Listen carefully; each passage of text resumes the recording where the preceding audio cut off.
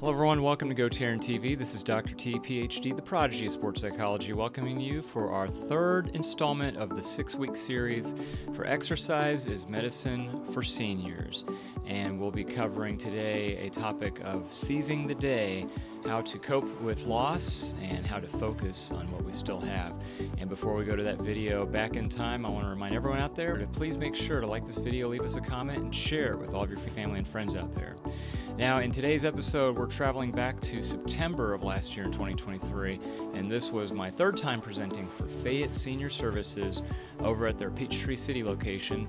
And what I was talking about, as I mentioned just a few moments ago, was how a lot of us have to cope with loss many times after we lose something we don't have anymore, or we miss something that we used to do.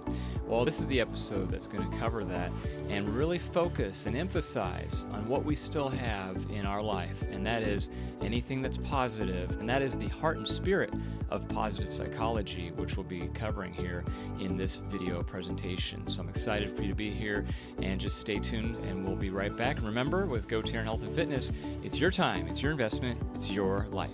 Back in a moment.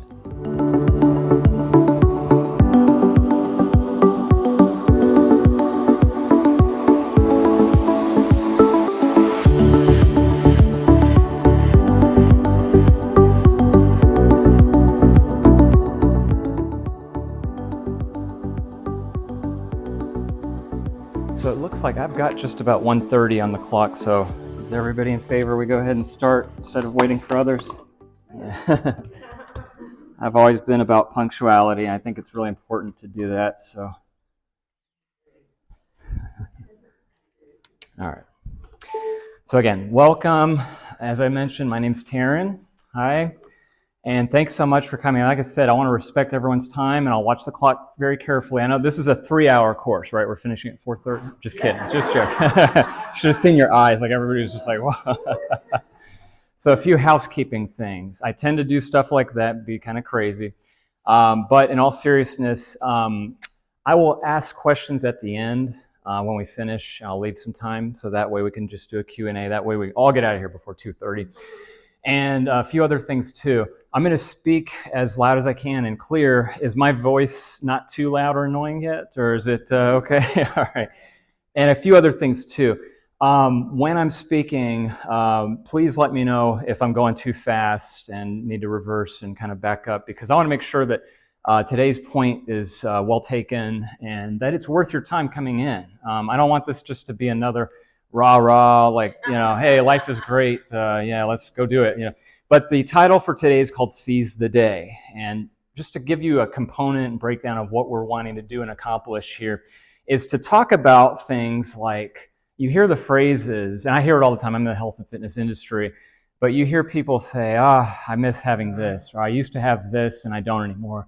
I wish I could still do that, and I'm not able to. And some of us could probably relate to that. In fact, that's like I said, I'll reserve questions at the end, but let me go ahead and ask the question, and I'll repeat it so the benefit of anybody watching out there or in recording. But let me throw that out there. By a raise of hands, can you think of anything that comes to your head? I'm not going to call on you, but just anybody in here that you could think of that you used to have, you wish you did, or you used to do that you wish that you can still do. I'll raise my hand right up there, right? Yeah, 100%, absolutely. Any volunteers? Anybody want to maybe kind of volunteer in terms of, again, throwing the question out there. If you don't want to, I'll tell you this right now. Let me use myself for a second. I used to, I just lost my train of thought. Oh, I remember. I used to have a good memory. That's right. That's what I wish I had a better thing of. No, but all kidding aside, there's some things that all of us can relate to what we used to have, right? And as we go throughout this next, again, presentation as we're talking here, let's think about that, things that we used to do or wish that we could do. But before we even jump into the objectives today and tell you kind of what to expect in today's presentation, I want to kind of just play a video here.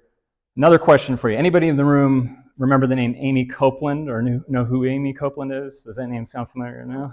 Sounds familiar, maybe? Okay.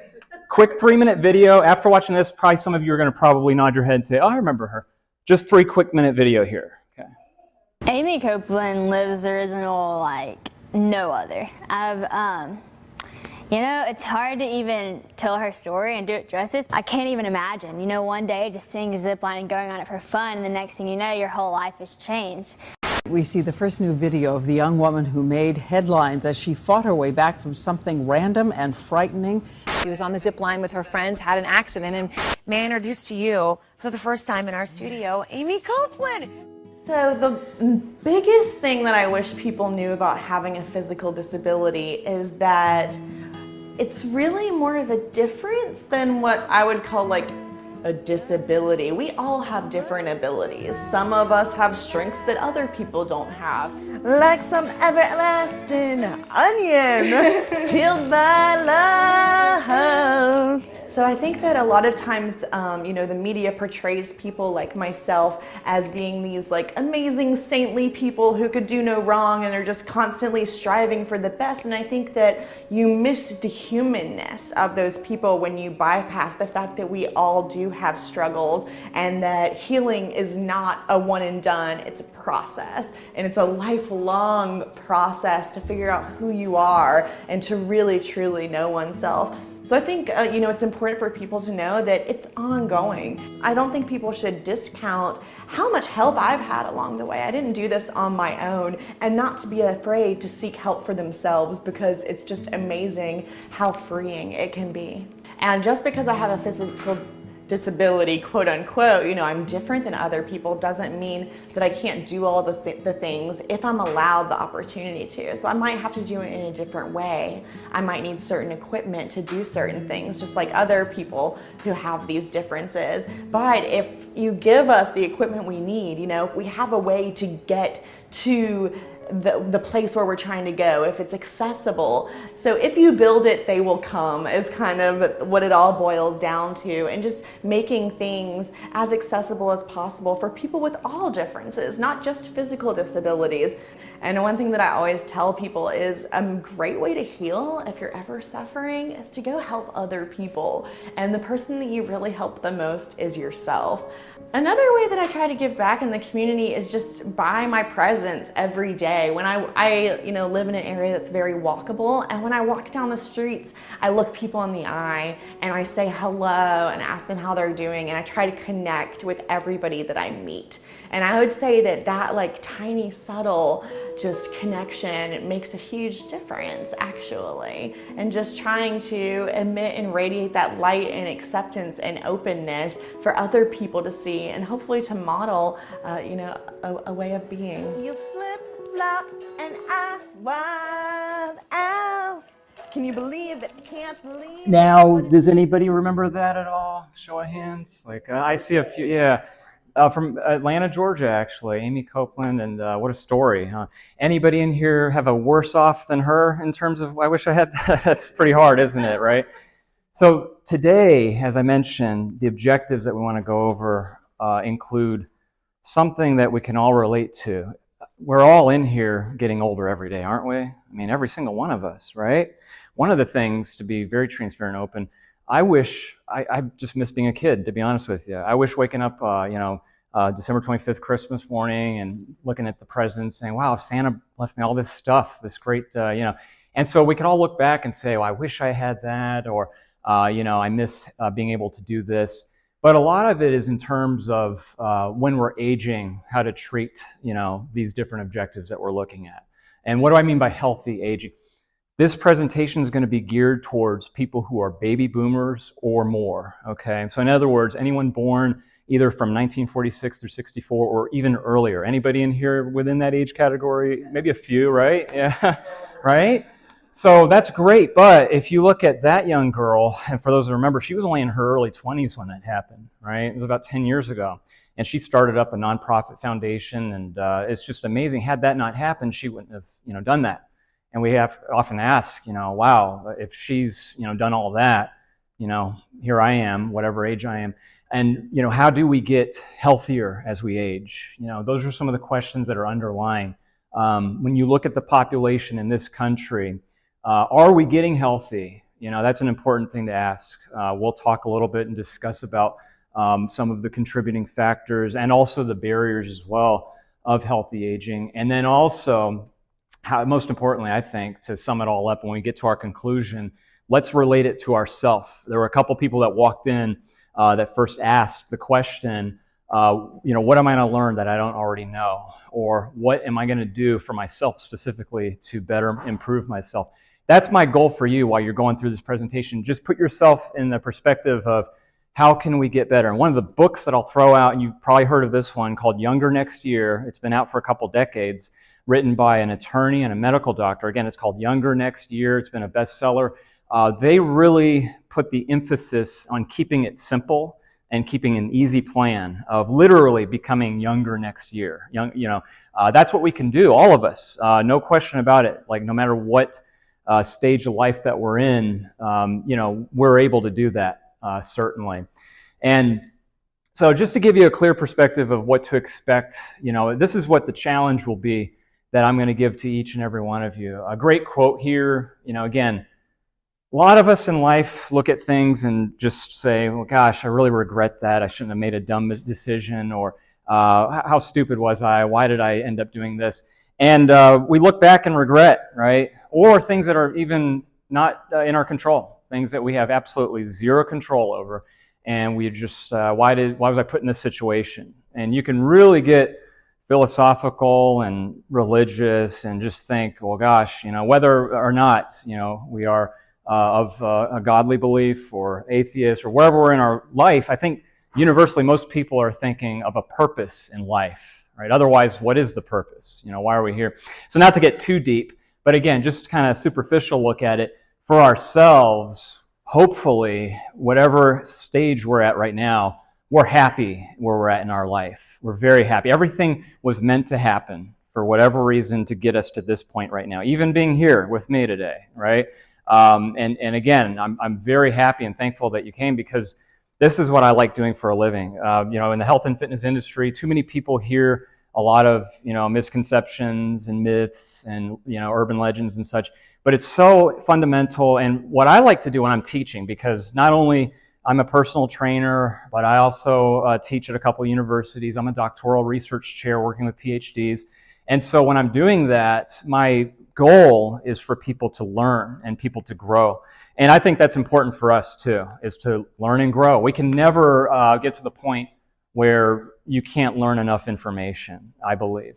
And so a lot of the presentation will include different statistics that are, kind of eye-opening, but some of them might be like, wow, that's interesting, or I hadn't thought about that. But what's kind of going on, and we'll get to a graph here in a couple of slides later, we've seen that all of us used to not live to the age that we are collectively, especially in the United States. So in other words, what I mean by that in layman's terms is that we're all living a lot longer than our parents, than our grandparents, and so forth. The reason is because of things like the great advances of medical technology and just, taking care of our lives better, just knowing that longevity is very important, living pain-free, and that's so important, to everybody, is just how do I live a life so that I'm not hurting and that I could go to work or whatever I'm doing, if I'm retired, or I could play with my kids or grandkids or what have you, to where I'm not waking up and hurting and I could just enjoy life. Because I really believe that it's so important for us to just take into account that, again, getting back to the purpose of life, we want to just enjoy it and just have fun and be able to make a difference. I believe that it's important for all of us, no matter where we're at, is to be a positive influence in the world and contribute to society. And that's what I believe the baby boomers are, us in this room. I strongly believe that when you see the different ages that have come through, if you think about, our generation of baby boomers, pretty much seen so much in the last, say, 60 years or plus since we've been here in terms of what's happened. What just happened in the last 3 years? We went through a global pandemic, right? Man, that's crazy. Before 2020, did any of us think that we might live through something like that? Because that was the first time for all of us to live through something like that. And so when we look at things, again, from a 50,000 viewpoint and just up in the air looking down, we can just see that again, some of the benefits and good things that are going on in life is that we are living longer and we can take care of ourselves better. And the last time I was here, actually I've both spoken here previously as well as a Fayetteville location, the main themes that I was speaking on was the first time when I talked was exercise and why it helps increase longevity, but also help us live pain-free, and also to where our optimal health is achieved. Same thing with nutrition. When I spoke on eating correctly and avoiding bad habits, why that's so important and crucial to adhere to. Same thing with today. So the whole, focusing on the mindset today, really. Because again, when it comes down to it, I'm sure everybody in here, if I asked you and I said, what would be healthier if I had a plate full of carrots and cut vegetables and cucumbers on one side, or a bunch of box of donuts on this side, which would be healthier? Everybody in here would know that the donuts are healthy. No, I'm just kidding. Right? They definitely taste better to most of us probably. But again, we know what to do, like dietitian-wise as well as physically too, that we know that exercise is important. I don't need to preach that you need to know how exercise works, but rather just give you some data that's current and contemporary as well. And so when you look at healthy aging as a whole, and what's encompassed in that, well, there's really good basic 10 fundamental areas here to look at. And we've seen this as well, by the way. None of us are exempt from, I just named a couple of them up there, but there's other things that are very important as well too, as we know. And that's what a place like this, Fayette Senior Services, is wonderful being able to provide, because one of the things that they do here is the number 3, like what we're doing, is this social engagement. It's so important. Everybody, as we know, is afraid to grow old, aren't we, right? Everybody, and maybe not too. If some of us are already past that point and know that we're happy where we're at, that's even better. But in the back of mind, in American society, in this country, when you turn on the television set, you see commercials for Botox and how to lose weight, Ozempic, Mounjaro, and I could lose a bunch of weight. I heard that this person did, and I could go get this liposculpture and also be able to, this is the best hair dye, so my hair is not gray. We hear it all, right? That whole business, by the way, in America's terms of healthy aging, is as what I just named. Again, like the Botox, the supplements, the nutritional, things that you can do to stay younger, and the anti-wrinkle aging cream and such. We're talking, and I'm being conservative on this number, but at least $300 billion going into that. And what can we do with that amount of money? I mean, that's absurd, right? But again, what my point is that in society, culturally, what we see is that's so important, that healthy body image. On social media, we see the people out there, the influencers on TikTok and what have you. What are they doing? They're doing selfies. Look how pretty I am. Look at this new dress.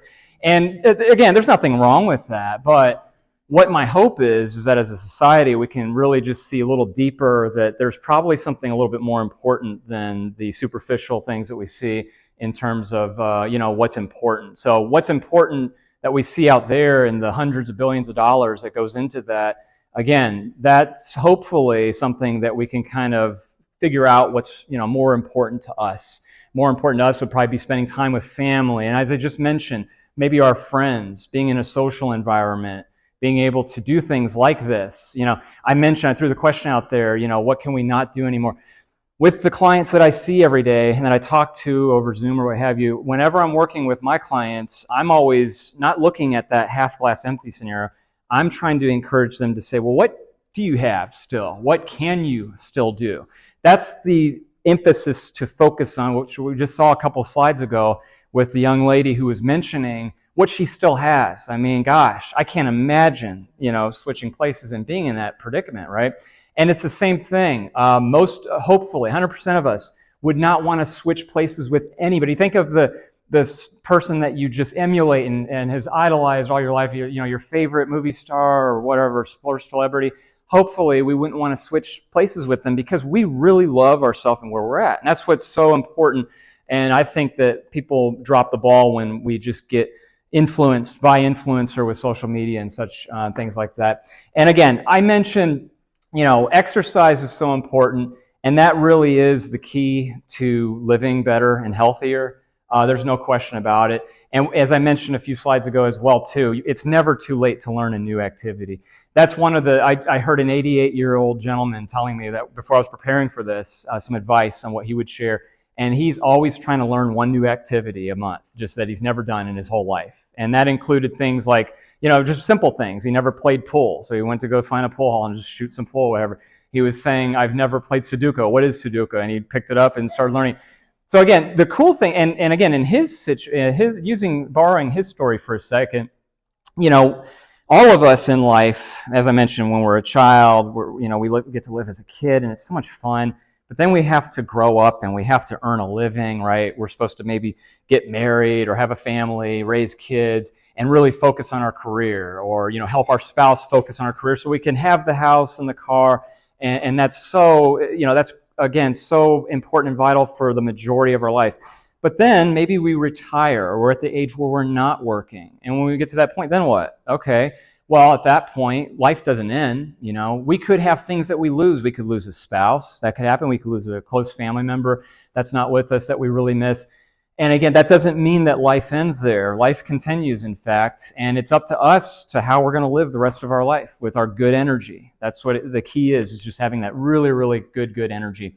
I mentioned this stat just a little bit ago, and we saw it on the other slide, that what's going on right now, and the interesting correlation when you look at children versus adults who are 65 or greater, and you look at, this went back about 6 or 7 years, and it goes all the way up to about right here, is the projection of the baby boomers living longer, as I mentioned. And they're outnumbering the number of kids that are in the country, the United States. So it's really fascinating to see that, because, when you look at something like that, it's just really, really, inspiring, because we know we have the capability to live longer now than, again, past generations did. That's a great advantage that we have. And who knows when it's going to stop. I mean, 20, 30 years from now, doctors might say, hey, we can have people live well into their 120, 130s. Who knows? I mean, maybe. I mean, but some of us maybe are thinking that might be... But just to keep living life, just to enjoy life, and that way you. But in all seriousness, though, with being able to enjoy life, it's so important. And I'll give you another recent example. Just an hour before I came here, I went to Publix and ate some lunch. And when I was getting something at the deli, there's a lady, she was probably, I would guess, in her 60s, maybe 70s. And the person had asked, they said, are you on your lunch break? And she's like, I'm on my retirement break. And I just thought, I was like, that's so good. I was like, I'm going to share that later here. And I wish I could share her energy with you, because she was so like bragging, like, yep, I haven't worked for whatever years, I don't remember, but she was just like telling the deli person, they were just laughing, and just, and later I get to go to the hair, salon and all that. And so great, again, wherever we're at in life, if we're retired, again, that does not mean the end. And in fact, I'll use my parents for a second. When my dad retired, and he's only in his early 70s, he said he's gotten more busy now than he ever was when he was working. Like, the days fly by really super fast. And same thing with time, in terms of time perception for him versus when he was working. So it's just incredible how we can keep a busy schedule. And, why is it important as well? Why eat better? Why exercise? Why spend time with people and family and such? These are the different categories that we look at of what's going to go, in a positive direction, should we concentrate in that direction, right? And so, for example, if we are trying to live healthier, then we won't hopefully be as much of a burden on our children's children. So that way they're not having to put us on long-term care and pay for long-term assistance and such. The goal for us is, one of the things that could help is to live so healthy that we live, a great, fruitful, long life. And when it's time for us to go, then again, we haven't put a burden on anybody watching over us, because we're very independent.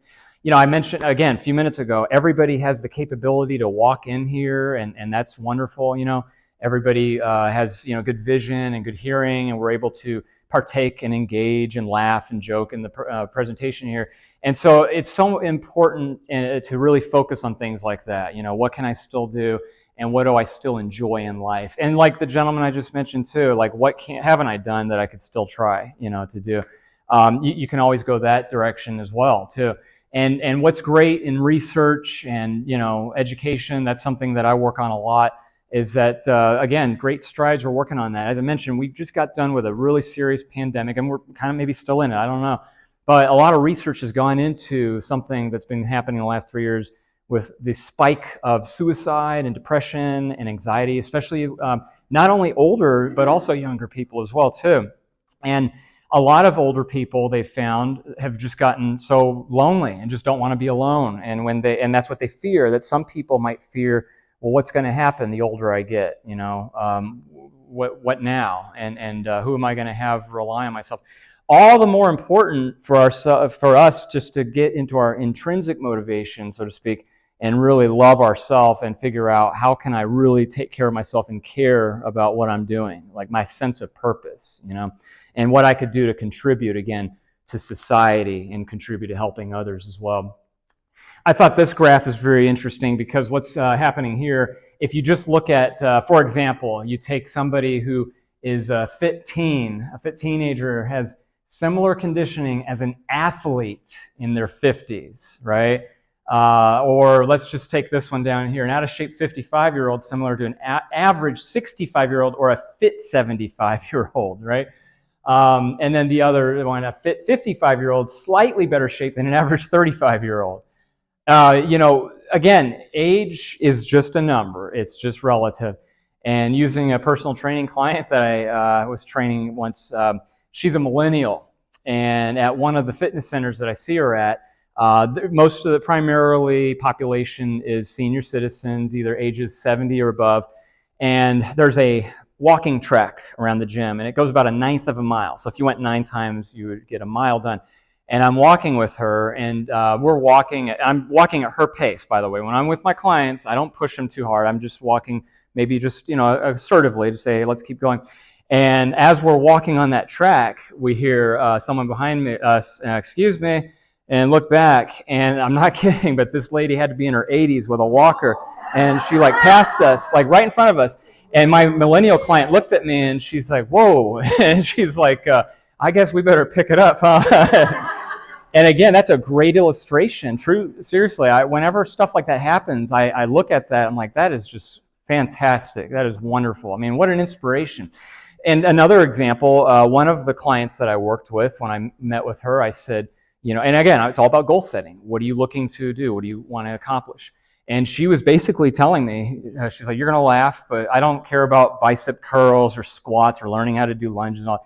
She's like, I just want to learn how to get up off the floor. And some of us in here aren't laughing. Like, yeah, you know what? That would be a good exercise. Just getting down on the floor and then standing back up is an excellent exercise. That's very functional. And it works really well, by the way, too. It works core, strength, cardio conditioning. And again, it would be very helpful functionally later, because if we need help getting up off the floor or what have you, then that's so, again, wonderful example of an exercise for us to be able to do. And by the time, and again, not bragging, she can do 10 of them in a row now where she couldn't even barely do once. And again, that's not on me, that's on her. You know, all I am is just a coach. She's the quarterback doing all the heavy lifting and grunting. I'm just there kind of cheering her on, like, come on, you could do it. So we know that whatever goal we have, and, you know, whatever age we're at, there's no excuse, and there really is none. So if you see this comparison, same age, these two ladies are both 74 years old, right? And so the choice is ours, basically. That's what this is telling you. I mean, you see an illustration, and unfortunately, and this won't surprise anybody in this room, but most of the work that I do when I go to the assisted living homes and retirement places, when I go in, just to give you a visual, most of the people that are in there are sitting down, right? They're sitting, and they're just sitting watching TV or on their phone or just sitting doing nothing. And that's not good. One of the most important things to change is to tell those nursing assistants and staff and managers and what have you, and say, get them to move. Like, even if they're wheelchair bound or ambulatory, get them to wheel down the hallways, get them on the walker or the stick and walk with them and get them moving. They should not be, the majority of the time I ever go in there, it's the same thing. They're all sitting down. And that leads me to having an impromptu exercise for all of us. So I hope everybody's ready and warmed up, because this is going to be challenging. We're going to see who really is fit today, okay? It's not going to be push-ups. It's not going to be burpees, if we know what those are. But I'm going to challenge you, and I'll tell you why I'm doing this exercise in a second. Everybody stand on up, okay? Stand all the way up. Take a deep breath in. Breathe it out. Have a seat. And go back to your chair and sit. Yes, very good. Excellent. And sit. Yep, that's it. That's all I want. She's saying that's not hard enough. Mm-hmm. The mental component. And that's so important as well. You're right. There's a question that shows, she mentioned that, again, she touched on mental activity and mental focus, and that's really, really key. You're right. Me, in my industry of helping push people, they can do the work. They don't need me. They don't need my form or to count for them. Maybe the first couple times they do, but after that, I've got clients for 10, 15 years I've been seeing. They don't need me for that. They need me for this, just to help get going. Some of them have that accountability partner. Like, if Taryn wasn't here, I wouldn't be doing this right now. Or if I didn't have a session booked with Taryn, or if the gym wasn't there and all my friends weren't there, I wouldn't be doing this exercise because I want to do this class, what have you. It's a lot of, and by the way, that we're going to talk a lot about that when we near the end of the presentation as well, and is the mental factor that goes into it, because it's all psychological, and that's really more important than the physical.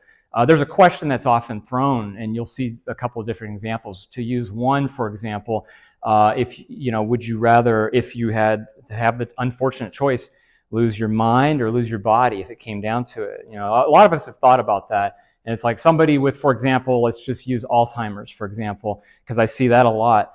They can be very fit and they could live to 100, but they could have had Alzheimer's since they were 50 and just completely, unfortunately, been very detrimentally affected by that. So, in a sense, losing their mind in that case.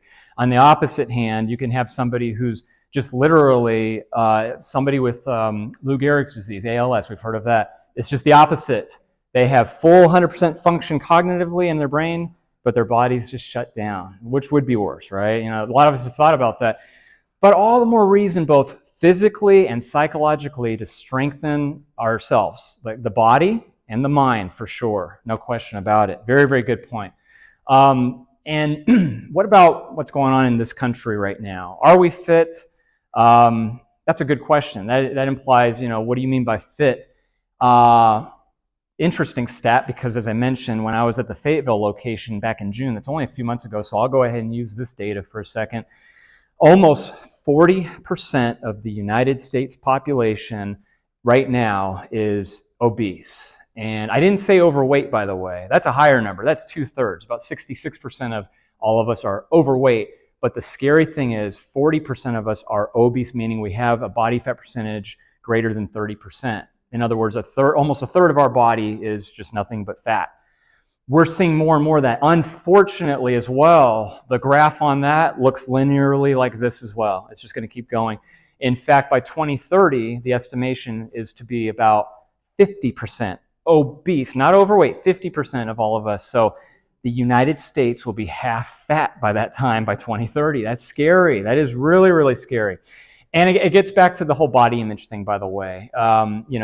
It's a balance. One hand, I told you that, we focus on it too much, and, it's okay, that healthy body image. But on the other end, we have allowed that to become almost an epidemic now, where we treat it like, it's just a normal thing. And you go to the medical doctor and, they'll give us the supplements, the high blood pressure pills, the cholesterol medication, and that's how we're going to take care of it. Unfortunately, that's what most of us are geared towards.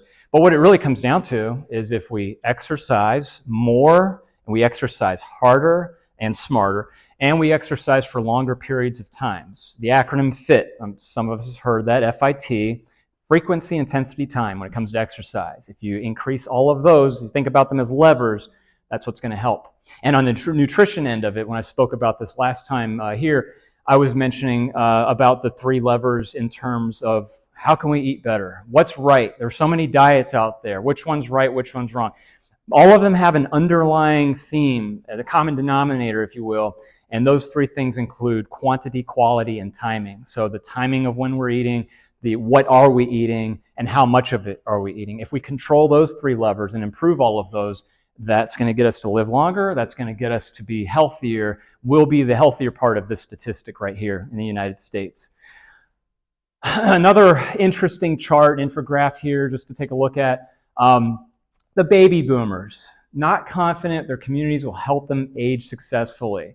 Some of us, when we see that, we're thinking, do I agree with that? That's a question to ask. In other words, when we think about ourselves and we look at ourselves 10, 20, 30 years in the future, are we 100% confident that our society, that our country, our government, our officials are going to be taking care of us? And unfortunately, most of us don't. We don't think that way. But that's not a bad thing, I've always thought that a natural fear is okay sometimes because it kind of prepares us for the worst. I'm not saying to be a pessimist. I'm not saying to just think negatively all the time. I'm just saying that if we're more realistic in ourselves, that accountability, who's going to take care of us, when it really comes down to it, us, me, that's who's going to take care of us at the end, towards the end. Because again, we can't count on anybody being there. Things happen. You just never know. We can't count on tomorrow being here. Again, what if we have another crazy pandemic and the COVID mutates, heaven forbid, and makes us all quarantine? Remember in March 2020, we all had to go inside and isolate, and we couldn't be around people, and we were supposed to be 6 feet apart, and all this craziness. If that happens again, that would be just a catastrophe. So we are so, we have to be grateful, not to get too off the rails here, but really, when we wake up in the morning and we take our first breath and all the way through the day and we go to sleep and take our last one before we go to sleep, it's just so important to be really grateful and thankful because, again, we're very fortunate when it comes down to it. We are in the greatest country in the world, and we're able to, the richest country in the world, being able to enjoy all of the fruits of all the, things that are available to us as well. And in active aging is what this one's called. You have a different parameters of things that are kind of encompassing what does the active aging look like. And so this kind of intertwines with one of the slides previously. How can we take care of ourselves better, in terms of the determinants and all the other things that both we can control and outside forces that we can't. So, again, the psychological part of it's so important as well, because I see it when people with exercise or eating right. I mentioned the example before of the healthier option versus the donuts. And that's, again, so hard for people to choose from because it starts at an early age. All of us, there's another good book called The Hungry Brain. All of us are wired from the very beginning to like sweets, sugar. What do we have going on in about 30 days from now, roughly? Right? Yeah, exactly. Halloween's going to be here in about a month. And we reward the children by letting them go. By the way, I'm not saying that's a bad thing. Don't get me wrong. But in our society, Halloween, Christmas, birthdays, every single event, it's all about, well, let's celebrate and gorge. Let's have all this, crazy good food together. That's how we celebrate. Where there's a funeral, let's go mourn. All right, now let's go eat. There's a wedding, same thing, reception, right? You get the point. So there's always something that's going to be either a determinant or in that case a barrier to us being able to be in that active aging category. And so it's all about choices, and it gets back to the psychological choice of knowing, we know what we know from the point when we're born to in schools and then living throughout life. And some of us don't have a choice in that too. Some of us could have an affliction or an autoimmune disease happen or something that's just totally out from left field. And we just have to adjust, just like the lady in the first video that we saw on the presentation as well. And so that brings us to the barriers. There's always an excuse. I hear this all the time in exercise. Whenever a client sometimes will cancel, the weather's really crummy, Taryn. It's really bad. Let's not work out today. Oh, okay, that's fine. And then the next week is like, Taryn, it's beautiful outside. I'm going to enjoy the outside and just sit out here and read a book. Let's not work out today. I'm going to cancel. I'm like, okay, that's fine. And there's always something, right? Something gets in the way. Priorities sometimes will get interfered upon. Me, myself, my trick is I have to exercise first thing in the morning. That's the only time I can work out, because if I don't, then it's not going to happen. And some of us are different. I used to be the opposite, by the way, before I said that. I used to say that I would work a full day and then I would go in the gym and then get my workout in and call it a day. I just can't do that logistically anymore. Now it's changed to where I have to get up very early, do the workout. And I encourage, again, anybody who, whatever timing works best for you, wiring-wise, that's when you should work out. The question I always get at these presentations is, well, what is the best workout? What's the best exercise? Is it the bike? Is it the recumbent machine? Is it the rower? My answer to that is always, the best exercise, really, out of all of them, is the one you're going to do. You've heard that, right? Yeah, the one that you're going to do. If you like the bike, then keep doing the bike. If you like the rower, you hate swimming, then stick with the rower. And that's the key, is that there won't be any excuses for all of us, wherever we're at. We say, okay, I've got the usage of, either most of us probably live in or around this area, these beautiful trails and cart paths and everything, taking advantage of that. Being in Atlanta, Georgia, or near it with this beautiful weather that we've got as well, too, wherever we're at. And again, just there's a lot of things that we look at that, one of the things that I always hear in terms of, well, working out's very expensive. I hear that one a lot. I don't have the money to join a gym. I can't afford a $2,000 Peloton. That's out of my budget. And my answer, and again, I'm sure a lot of us in here could think of an easy response to that. Okay, great. Well, let's go ahead and pull up YouTube, on the video and go along with this group yoga class that's going on, right? Or let's go to a public library, by the way, has a huge resource of free exercise videos, DVDs that we could watch. Or, if you, again, the great thing about the internet is just that it's all right there at the, everybody's got an iPhone or an Apple or Samsung or what have you. You just pull it up and all you need is internet connection. Just join on in and just do a virtual workout for free. And there's so much free information on YouTube or on the internet that at our disposal, at our fingertips, literally, that can stop those excuses or the reasons why we can't exercise. And so the question is literally, is exercise medicine? Anybody in here believe exercise is a medicine? Yeah, all of us should put our hands way up there. We know it is, because when we go get a physical, when we go meet with medical doctors or what have you, they'll do their basic, baselines and blood pressure and heart rate and, diagnostics. But what are the things that are in control of us? We've seen them on the slides here and how we can live better. And a lot of, again, I mentioned, there's a lot of misconceptions out there. You'll hear diets that are the cool thing now, and take this medication and we'll lose 10 pounds instantly and such. And really, we know that exercise and eating healthier is a lot of hard work. It really is. So it brings me back to talking about what we're first starting with in today. When we think about what we can do versus what we can't do, or what we still have versus what we have lost or can't no longer do anymore, it helps us change that mindset, that mental capacity to really focus on what's important in life. And again, what is important in life? To us, it's all different to each of us. It could be some of those things that were on the wheel earlier. It could be our family. It could be our finances. It could be work. It could be, how do we manage stress? How do we interact and engage and have a social life, so to speak? And it's just so important. So this slide right here, a lot of information going on. What does the research show? So these are some of the interesting statistics that have to do with how does exercise help us age more actively and healthier, right? So some of the percentages up here, right? Seniors who engage in moderate exercise can add up to 5 years to their life expectancy, when you exercise and you work on strength and balance, you could avoid the risk of falling by 30%.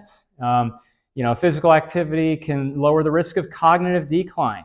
People exercising, 38% lower risk of cognitive impairment, and so forth. You could read the rest of them up here as well. The statistics have been around, and the data has shown for the last, literally since a little after World War II.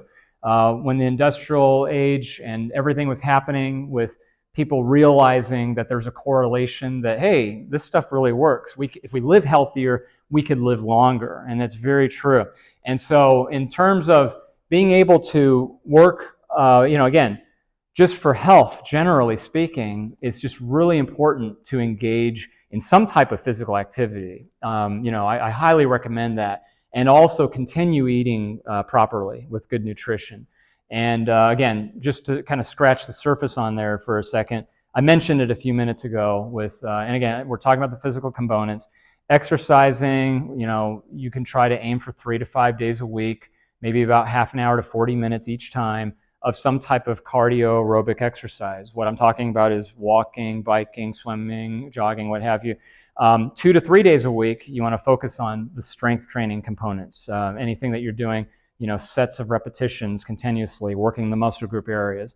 And those ideally would be spread out. They wouldn't be a Monday, Tuesday, and Wednesday, and then you're done. It'd be better if you did like a Monday, Thursday, and Saturday, so forth, in that example. So that way the muscles have at least a couple days to repair after you've worked them. And in terms of flexibility, so important, right? Just when we did that sit to stand earlier, you probably would have felt a little better because I heard some laughter, and again, it just breaks the ice, so to speak, of the body, because when the body's moving, again, that's the great benefit, that the body's in motion and it improves, and it's in a better optimal health.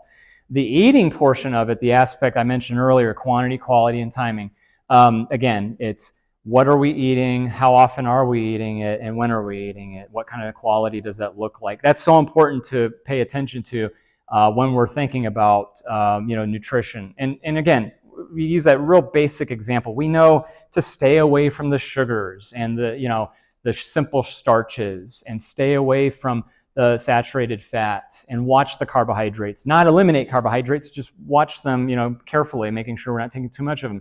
Making sure we get enough protein and iron, and micronutrients are just so important as well. The minerals, drinking enough water. We could do a whole hour on water in here alone. Our bodies are made 60 to 70% of water. And so it just makes sense that if we need to keep rehydrating, and none of us drink enough water usually. I always find that as a constant, that, I wish that, myself included, by the way, that water is just so, important to continue. And to the psychological aspect of it as well, too.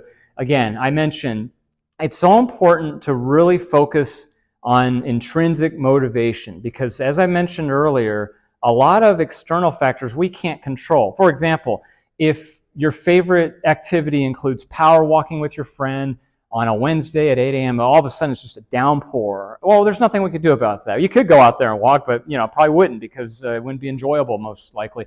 And so the key in that case would be like, okay, we're going to change this up a little bit. We'll pivot, and we'll go ahead and walk laps inside. We'll go to the nearest Sam's Club, Costco, or mall and just do some laps all around and do it that way.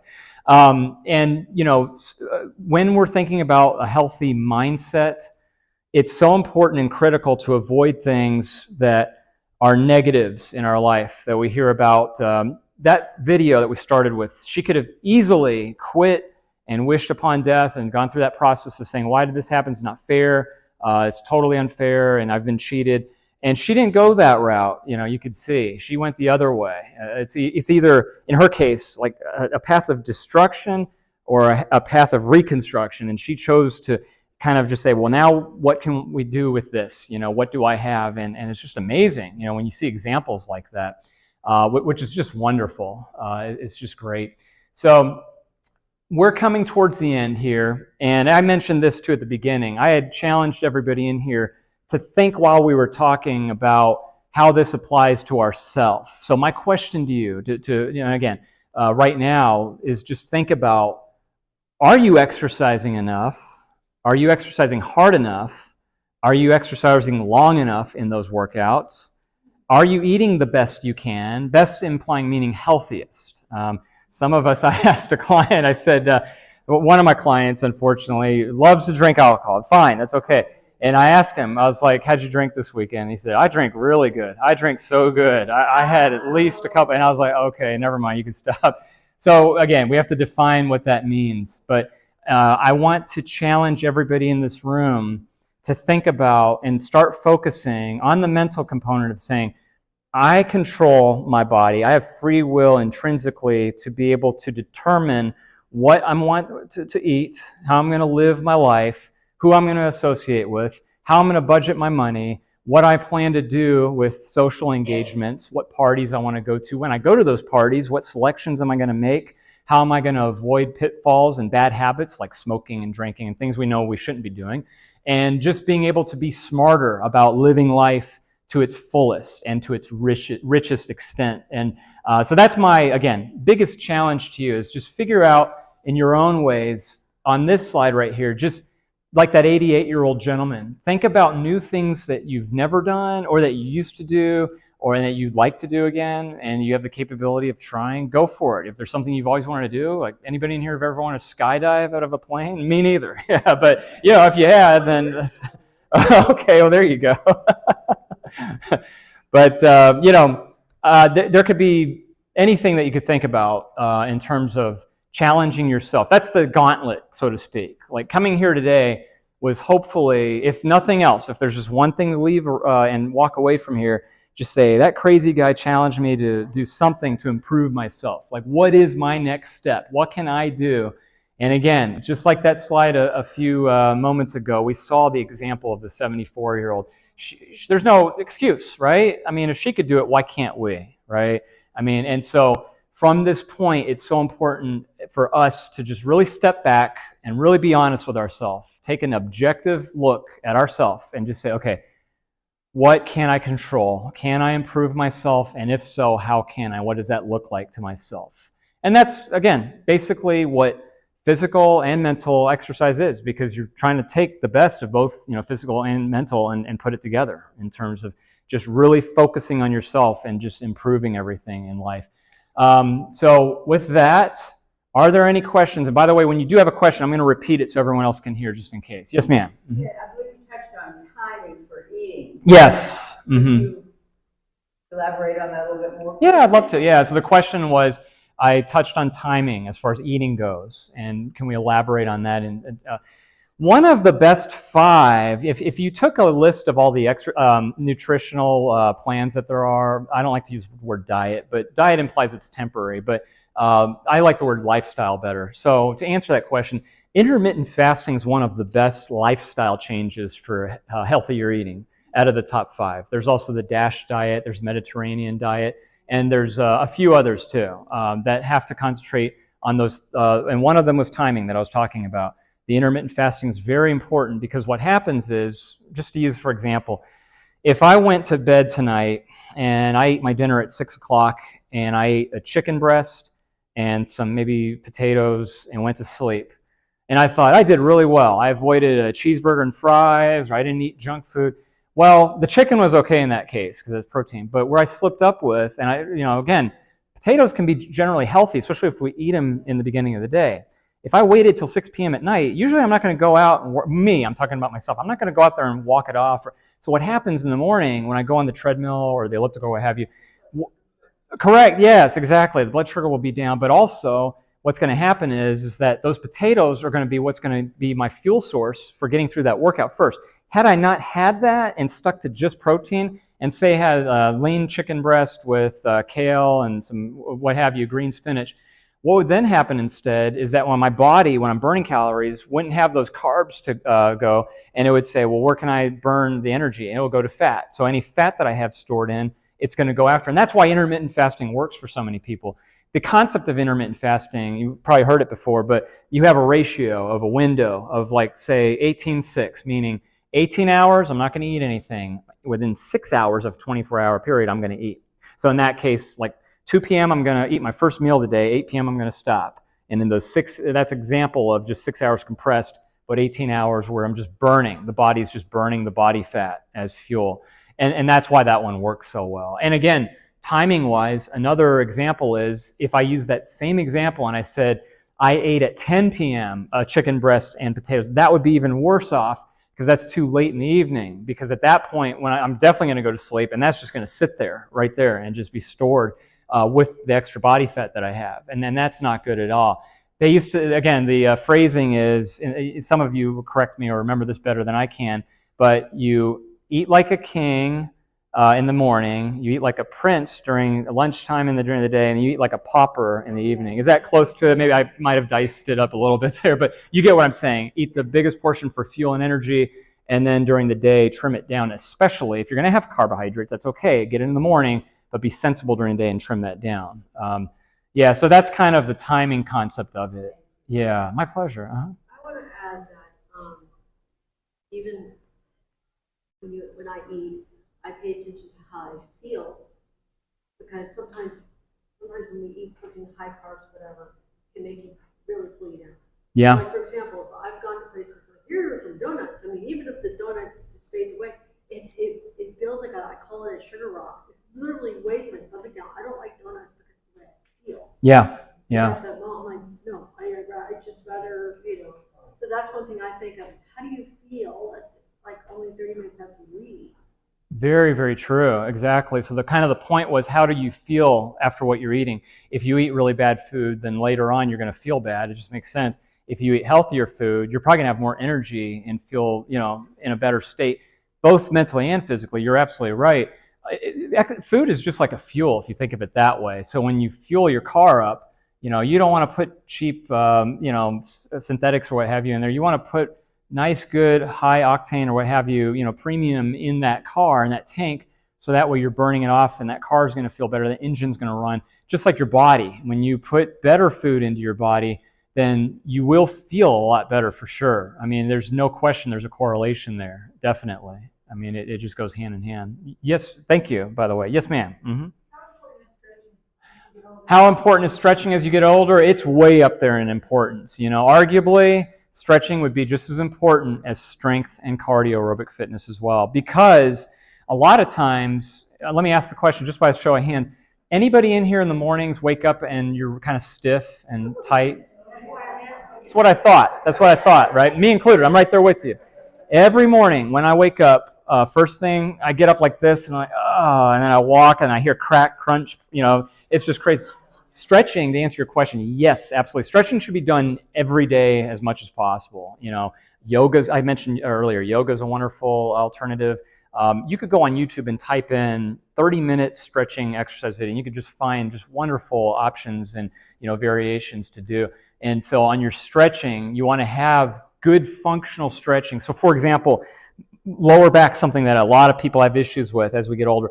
And it's important, as we know, if I was to pick something up off the floor, I wouldn't pick it up like this with my legs straight, because then I'm putting all the pressure on my back. But you'd want to bend down with the knees and pick up that child or grandchild or groceries. When you bend with the knees and pick it down, you know that you're doing it more functionally. Well, then, in that case, we should stretch our hamstrings during the day. We should hold on to something, or not hold on to something if we can. Challenge your balance. Do your quadriceps stretching. Important, because if you hit all the primary group muscle groups, it's like a rubber band. If you don't stretch, it's going to really be contracted and constrict real tight. If we do stretch, that's one of the most therapeutic answers to living without pain and just having a better posture and just overall general better health. Mm-hmm. Before exercise, after you stretch when you've done not exercise? A good question, yeah. So when do you stretch is the question. Well, so for example, the quick answer to that is before an exercise routine, you want to do something called dynamic stretching. Dynamic means you're moving. So before I was to work out and go in, I might do some of this. I might do some leg knee highs. I might do some of this just to stretch it all out as I'm moving.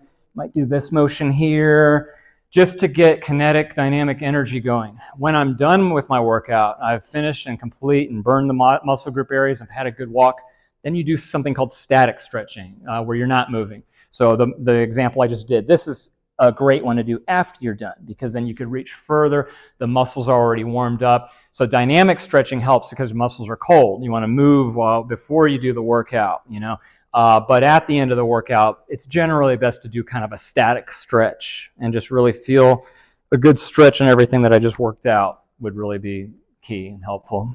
Mm-hmm. So, is that going to help me when I waddle, when I walk? When you waddle, when you walk, the stretching? I do. I'm trying to not have a distance, and I waddle, but I'm past baby boomers. That's okay. So what can I do to not waddle? Yeah. Well, okay. So I have clients who ask me, and the question was, how can I improve my walking, and so to speak. But I have clients who will say, I don't want to use the cane or the walker. I encourage them to use it for many reasons. One is because it'll help with balance. If we have a walker and a cane, it's going to help us stay more stabilized. Two, if you have little children running around or what have you, they'll be hopefully better and more aware that not to run into you and knock us off balance. But to help with walking, some of the general things, as we age, we know that this looks like the general walking right here. I'm shuffling my feet, I'm putting my head down, my spine's curved over. And that's because we're trying not to fall and we're trying to concentrate. We should be doing the opposite. We should be looking up. When you first get your driver's license, we all remember this, My driver instructor said, don't look 5-10 feet ahead of you. Look far. Panoramic viewpoint, right? Peripheral vision, straight. And so I remember as a young kid, younger kid, I remember thinking, okay, that would help. But also as a ballerina, walk like a ballerina. There's a pin right here. Pull yourself up high. So pretend that that string is pulling you up, that your head, you're up. You're always looking up. You're not looking down. You're looking up, because that actually helps you with balance. It actually helps give you a better sense and awareness. You bring your shoulders back, your chest forward, keep your their tummy tight, the core engaged, and take big steps too. Big steps as you're walking, so that way that improves the walking as you're going. It's the best way, because then it just keeps everything in better alignment. I don't know if I can do that. Just try to practice. Challenge yourself functionally in a day. Like, for example, like in a day, put an object on the floor and challenge yourself and step high over it. Turn around and then do it again. I'm keeping my chin up, my chest up, and just keep challenging yourself. You could get to that point where you just, you mentioned, again, I don't know if I can do that or I can't do that. We just got done talking about what can I do. I believe that if we left right now, you could do that. I really do. Does anybody in here not believe she can't do that? I don't think so, right? She can do it. Yeah, I think so. I think you could do it. I'm not just saying it. I do believe it. Mm-hmm. Think about that cane, like a cane, for example, especially the 4-footed one. Yeah. If you're using that, it helps you, I think, kind of gain that confidence to try what he said. So you realize, okay, I can do this, or at least you can try. But by having that cane, you have a helper. Yeah. And I look at it that way because I had a stroke last year. And sometimes I use a cane, and I got the one with the 4 feet. I got one of those. You do? And sometimes what I do when I go places where it's kind of treacherous, I'll use it. I'll still try to walk by looking straight ahead, because it's very tempting for me to look down, because I tend to fall. So, but having that, what I call the helper, does help me to get out there and try to do it. Just a thought. Thank you so much. Yeah, that's really good advice. Thank you. If you're just going to walk, say for 30 minutes, try, hopefully every day, of course that doesn't happen. You have to do stretching or any kind of thing before. I'm not talking about power walk, but I'm not talking about a stroll either. Everyone's different. Yeah, the question is, like, do you have to stretch before you go for a walk? But no, not necessarily. Like, it just depends. Like, I was going to say, because you were showing the way you were stretching, I have fibromyalgia and it triggers a pain in the left foot, and then I'm done. Mm-hmm. So there are days where I can walk around and I can walk and I can feel it get to my cold core. I can feel it, like, yeah, I'm getting there. And then the next day or so, I start walking, and only like 100 steps over, it starts here and it starts shooting up my leg. Oh, yes. I'm done. Yes. Yeah. It's yeah. Oh, yeah. Yeah, certainly. Mm-hmm. And that's, I mean, for example, I wasn't here from the beginning. I can't be here when people show videos because I have hyperacusis. It's basically hearing sensitivity. Oh, okay. Tonsil spasms in the left side of my body. If I hear certain, I can't be in most places. Like, that's why I can't go to. You can't pay me to go to the gym. Oh, interesting.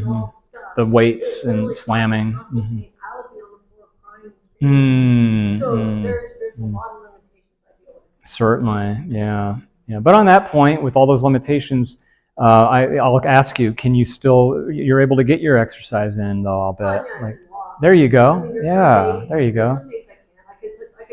Like I said, I wish I could do swimming, but finding a pool for me is hard because you go to the gym, you have to pay for it. I can't go to the gym. I don't want to pay all that money just to use your pool. That's all I use. Certainly, and yeah. If I have to run through that, what is wrong with her? They're like, oh my.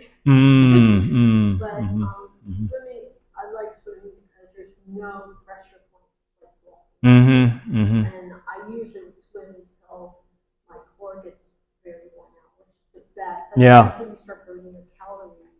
Really wear That's out. true. No, you're right. Yeah, that's a good point. And I feel really young, so I'm sure you don't qualify for this. No.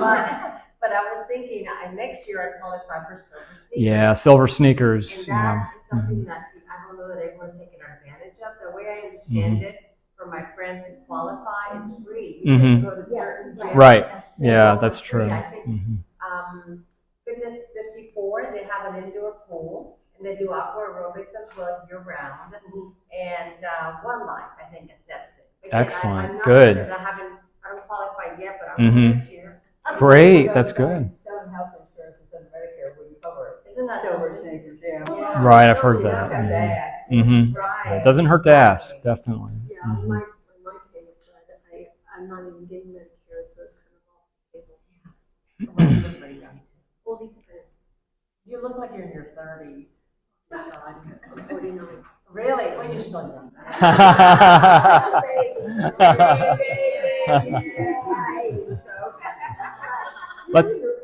Let's a couple more questions. These two ladies, I think you were first, and then we'll do one more question. I think they're just about time, but yes. What about food additives? Food additives, like sweeteners and things like that, or Corn syrup, yeah, aspartame.